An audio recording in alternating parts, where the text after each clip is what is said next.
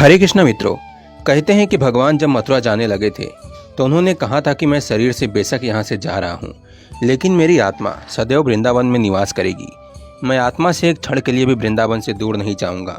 आज भी वृंदावन में कोई न कोई ऐसी बातें सुनने को मिलती हैं जिससे हमेशा प्रतीत होता रहता है कि भगवान आज भी यहाँ हर पात पात और डाल डाल पर मौजूद हैं।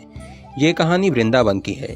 एक औरत जो लड्डू गोपाल की बहुत बड़ी भक्त थी, वह खूब मन से बाल गोपाल की नित्य सच्चे मन से सेवा करती थी। वो हर दिन सुबह उठकर स्नान करके कान्हा जी को स्नान कराती, उनके वस्त्र बदलती, उन्हें चंदन का तिलक लगाकर उन्हें फल मिश्रिया लड्डू जिस दिन उनके पास जो कुछ भी होता उससे उनका भोग लगाती। लल्ला को भोग लगाकर ही वो खुद कुछ खाती थी। फिर शाम में भी उनका आरती कर उन्हें भोग लगाती। पूरे दिन मन में हमेशा उनका नाम लेते रहती। एक क्षण भी ऐसा नहीं होता जिसमें अपने कान्हा को याद नहीं करती हो। एक दिन सुबह से उसे बहुत तेज हिचकी आ रही थी, पर वो बंद ही नहीं हो रही थी, जिसके कारण वो बहुत परेशान थी। तभी अचानक उसकी बेटी उससे मिलने आ गई और उसके वहां आते उसकी हिचकी ठीक हो गई। बेटी ने माँ का हालचाल पूछा तो उसकी माँ ने कहा, ऐसे तो सब ठीक है मेरे लड्डू गोपाल की कृपा से, लेकिन पता नहीं आज सुबह से मुझे बहुत तेज हिचकी आ रही थी जो रुकने का नाम ही नहीं ले रही थी। उसकी बेटी ने कहा, अरे माँ, तेरी हिचकी तो मेरी वजह से आ रही थी, क्योंकि आज सुबह से मैं तुम्हें बहुत याद कर रही थी और इसलिए आते ही तुम्हारी हिचकी ठीक हो गई।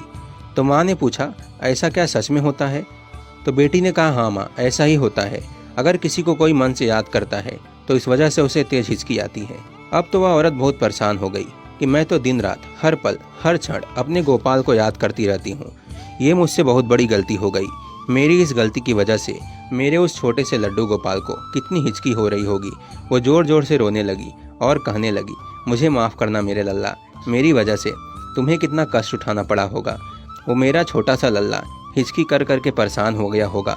वो कहने लगी, हे भगवान, मुझसे अनजाने में ये कितनी बड़ी गलती हो गई।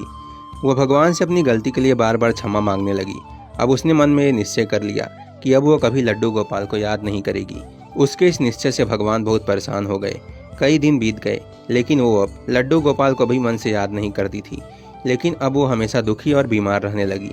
एक दिन वो सो रही थी तो उसे लगा कोई उसके पैर के पास खड़ा होकर उससे कह रहा है, मैया, तुमने मुझे याद करना क्यों छोड़ दिया? तुमने मुझे याद करना छोड़ दिया तो मैं ही तुमसे मिलने आ गया।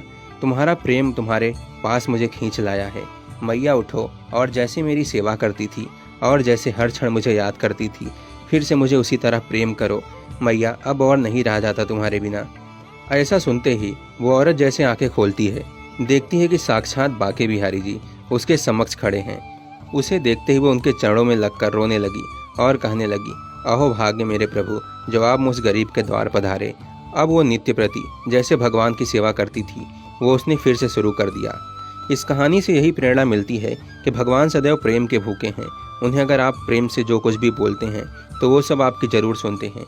वो परमपिता परमात्मा सदैव हम सबके भीतर निवास करते हैं। प्रेम से बोलो, वृंदावन बिहारी लाल की जय हो। जय जय श्री राधे। हरे कृष्णा।